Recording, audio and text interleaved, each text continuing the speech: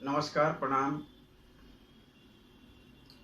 मैं सबसे पहले लुक स्मार्ट न्यूज़ चैनल के संस्थापक श्री बालेश्वर सिंह जी का आभार व्यक्त करना चाहता हूं, जिन्होंने हमारे संस्कार, हमारी संस्कृति, हमारी सभ्यताएं,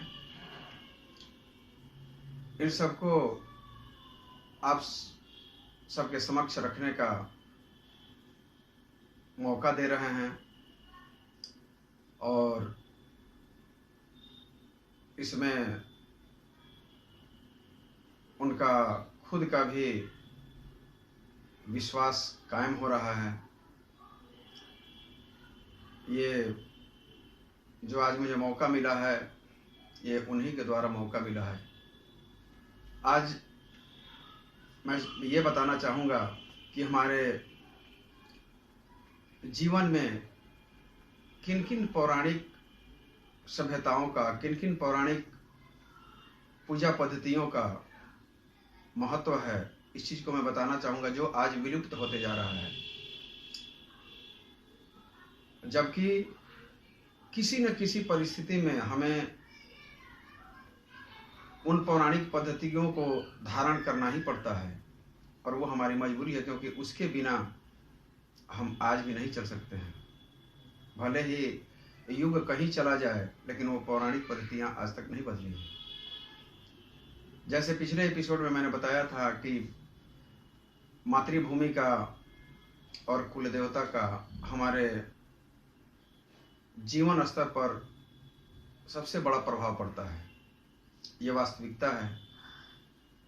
आप आज भी देखते होंगे, मैं साफ साफ बताना चाहता हूँ कि आज भी आप देखते होंगे पौराणिक पद्धतियों में, जैसे बहुत बड़े लोग हो गए, बहुत धनवान हो गए, उनका रहन सहन बहुत ऊंचे स्तर का हो गया, लेकिन बच्चे को नज़र लगने का जो प्रावधान है, या जो बच्चे को नज़र लग जाने का जो रीति रिवाज है, ये हमारे पौराणिक पद्धतियों से ही जुड़ा हुआ है। आज ये कितने भी बड़े लोग हो जाएं, कितने भी धनवान हो जाएं, कितने भी हमारी रहन सहन बदल जाएं, लेकिन आज ही बच्चे को नज़र लगता है तो हम 2 मिर्चा और पीले सरसों को उसके सिर से उतार करके और उसे आग में जलाने का काम करते हैं, और उसमें यह भी सोचते हैं कि यह महका या नहीं महका। महक गया इसका मतलब नज़र नहीं है, और नहीं महका तो इसका मतलब कि नज़र था, वो उतर गया। आज भी हम इससे जुड़े हुए हैं। आज हम कोई भी यज्ञ करते हैं, कोई भी संस्कार अपने घर में करते हैं, सबसे पहले उस मातृभूमि की पूजा होती है, और उसके बाद हमारे कुल देवी या कुल देवता का आह्वान होता है, उसके बाद ग्राम देवता का आह्वान होता है, नगर देवता का आह्वान होता है। ये सब क्यों?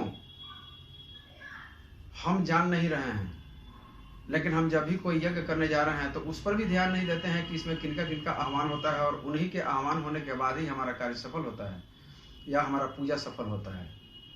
आज हम उन चीज़ों को विलुप्त करते जा रहे हैं, जबकि हमारा सबसे बड़ा अगर मार्ग प्रशस्त करने का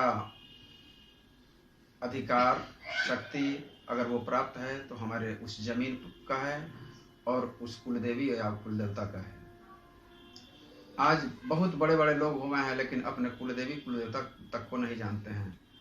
ये भी पूछा जाता है कि आप किस जाति के हैं, और पूछा जाता है कि किस गोत्र के हैं, तो गोत्र भी मालूम नहीं है कि हम किस गोत्र के हैं। और नए में प्रचलन आया है कि जब भी शादी विवाह होती है तो उसमें मैचिंग कराया जाता है। आजकल लोग अपने से भी गूगल पर या नेट पर इस सबको सर्च करके और अपना मैचिंग भी करा ले रहे हैं। फिर मैचिंग का क्यों? उसमें भी तो वही सब आता है जो पौराणिक पद्धतियों से ही उद्धृत है। अब हम बताना चाहेंगे कि सबसे पहले हमें मातृभूमि, जिस मातृभूमि से जन्मे हुए हैं, उस मातृभूमि का हमेशा पूजन करना चाहिए। जो हमारे कुल देवी हैं, कुल देवता हैं, उनका हमेशा पूजन करना चाहिए, क्योंकि हम कितने भी बड़े हो जाएं, कितने भी धनवान हो जाएं, लेकिन हमारे जीवन से उस मातृभूमि का और उस कुल देवी का संपर्क बना हुआ रहता है, क्योंकि जब तक वो संपर्क नहीं बनेगा तब तक हम आगे नहीं बढ़ सकते हैं। जब तक उनका आशीर्वाद प्राप्त नहीं होगा तब तक हम आगे नहीं बढ़ सकते हैं, क्योंकि दुनिया में या हमारे जीवन में, क्योंकि हमारा जीवन ही हम दुनिया मानते हैं, क्योंकि जब तक हम हैं तभी तो दुनिया है, जब मैं नहीं हूँ तो दुनिया नहीं है। ऐसी स्थिति में हमें उस कुल देवी और कुल देवता का जरूर पूजन करना चाहिए और पूरे विधि विधान से करना चाहिए। उनका सबसे बड़ा महत्व है, क्योंकि हमारे जब कुल देवी या कुल देवता कमजोर पड़ जाते हैं तो बाहरी शक्तियों का, या उसे निगेटिव एनर्जी कहिए, उनका भी शिकार मुझे होना पड़ता है। बार बार मुझे परेशानियां आती हैं, उसमें कई तरह की परेशानियां आती हैं, इसको आगे मैं बताऊंगा। लेकिन उसमें कई तरह की परेशानियां, जमीन में अगर कोई दोष आ गया, जमीन के बारे में बहुत कम लोग जानते हैं कि इनकी 3 अवस्थाएं होती है। पहला सुषुप्तावस्था या मृतावस्था कहिए, दूसरा जागृतावस्था, तीसरा उग्रावस्था। इन सभी के बारे में बहुत लंबा होगा, आगे मैं बताते चलूँगा, आप हमारे वीडियो को देखते रहेंगे। इन तीनों अवस्थाओं में उस जमीन पर जो वास करते हैं, उस जमीन की अवस्थाओं के अनुसार ही आपकी भी अवस्था में चेंजिंग आती है। क्योंकि आप देखे होंगे, किसी भी परिवार को, किसी भी राज्य को देख लीजिए, किसी भी सरकार को देख लीजिए, किसी भी बड़े धनवान लोगों को देख लीजिए, किसी भी छोटे परिवार को देख लीजिए, 20 साल बीतते बीतते उनमें या उनके रहन सहन में आमूल परिवर्तन आता है। या तो 20 साल बहुत परेशान रहेंगे, 20 साल उनका केस मुकदमा में गुजर जाएगा, या 20 साल खूब आगे बढ़ते रहेंगे, ये आप देखेंगे। ये जो भी मैं बता रहा हूँ, मैं किसी शास्त्र से नहीं हूँ, मैं हमेशा बताता हूँ, मैं पिछले एपिसोड में भी बताया हूँ कि ये जो कुछ भी है माता की कृपा पर आधारित है। जब उनकी महिमा होती है तभी मैं कुछ बता पाता हूँ या कुछ कर पाता हूँ। वैसे हमसे संबंधित कुछ ऐसे कार्य हैं जो मैं बताऊंगा अभी कि उसमें